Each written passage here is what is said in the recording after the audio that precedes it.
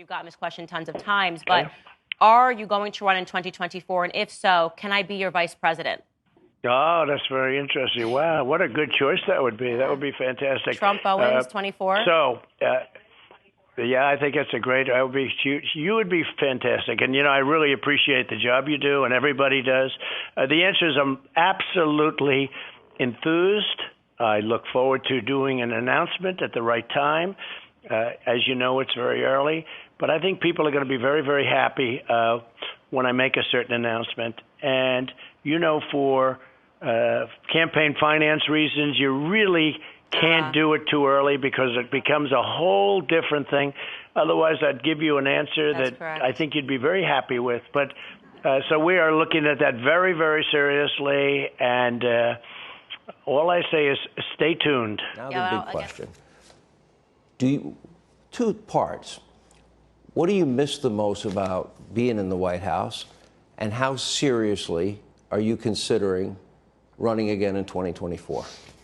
I miss the most helping people because I can directly help people. That's why I did it. Look, this has been a very traumatic. I had a great life, great company, great business, no problems. And now all I do is people go after you. It's vicious. It's horrible. But you know what? I love doing it because I help people. And I've helped them more than any president with the cutting of taxes, with the regulations, with right to try. You're proud you know of how all big right to try is? Huge. Where you don't have to travel to all sorts of different continents to try and get something. We have the greatest doctors and the greatest labs. We can use their medicines now. If somebody's terminally ill, they can sign a quick little document. You can use and that's had a huge thing. What are you most proud of, though? A lot of things. I'm very proud of the tax cuts. I hope they don't screw it up because the jobs, we brought back a record. I think so. We brought back a record. Well, it's still not going to be as high as it was. It was really 39%. Right. So it looks like it could be at 25%. I brought it down to 21. But I'm very proud of that. I'm very proud of and very importantly, the regulation cuts. I'm very proud of what I did for the military. I've rebuilt the military, and I've added something called Space Force. It's going to be so powerful, so important. So I've added another, think of it, I've added to the military. It hasn't happened since, I guess, 75 years, since the Air Force. And the economy pre-COVID. Space Force. Record low unemployment. We had the greatest numbers in the history of the world. We had the greatest economy in history. World. We had the greatest economy. We had the greatest job numbers. We're up to 160 million people. We were never even close to that. And if you think of it, I did it twice because then the whole world went down. We've come back stronger than any other country in the world. They used to hit me with Germany and France and this and that. Well, they're doing terribly right now. They're all locked down. It's a disaster. They're having riots on their streets. This country is coming back strong. And it's very interesting. Places like Florida and Texas and many others, I could name many others, I think in almost all cases run by Republicans. I think in all cases, but they've done so well. And you look, I saw the other day, Michigan. I would say there's been nothing as close, other than for her husband, who was, had free run of the place. I don't think that there's been any state more locked up than Michigan. Are you running again in 2024? What are the odds? If I were to ask... First of all, it's a long time. The odds. What are the odds? Look, the odds. I got tremendous numbers. Nobody's ever gotten the numbers I got. No sitting presidents come even close.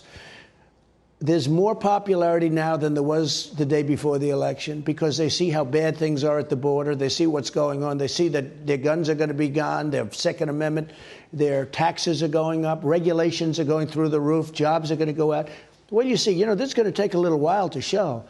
But if they add all these regulations back, the jobs are going to be gone.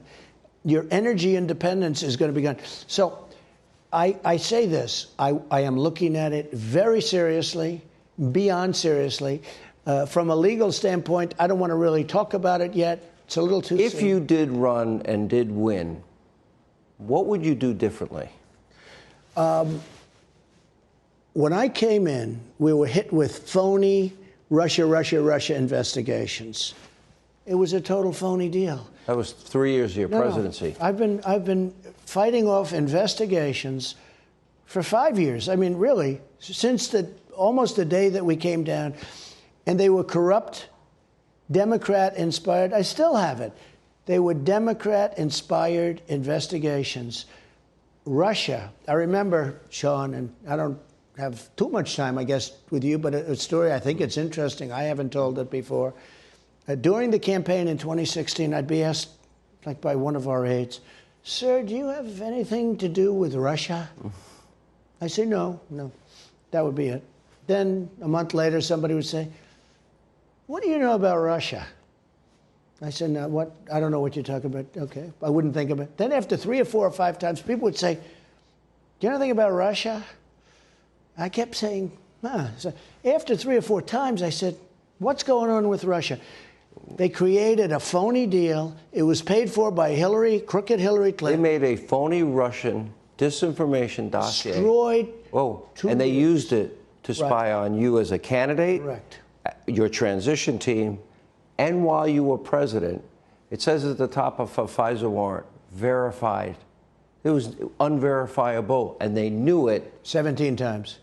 They knew it right from the get-go. They knew it, they were warned beforehand, and they knew it certainly from Christopher Steele and the subsource by January. It was a total fraud. Yeah. And you know what it did? It hurt any possibility of dealing with Russia. We could have had a good look. They'll say, "Oh, he loves Russia."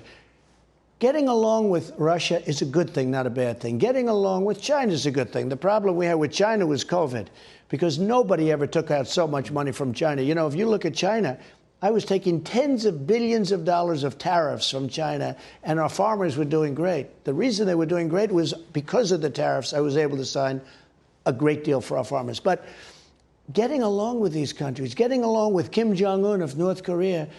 When I came in, President Obama said, and I think this is very public, the biggest problem we have is North Korea. There's going to be a war. There was no war. We got along great. He writes me letters. I like him. He likes me. There's nothing wrong with that. I got along great with President Putin. I liked him. He liked me. That's a good thing, not a bad thing.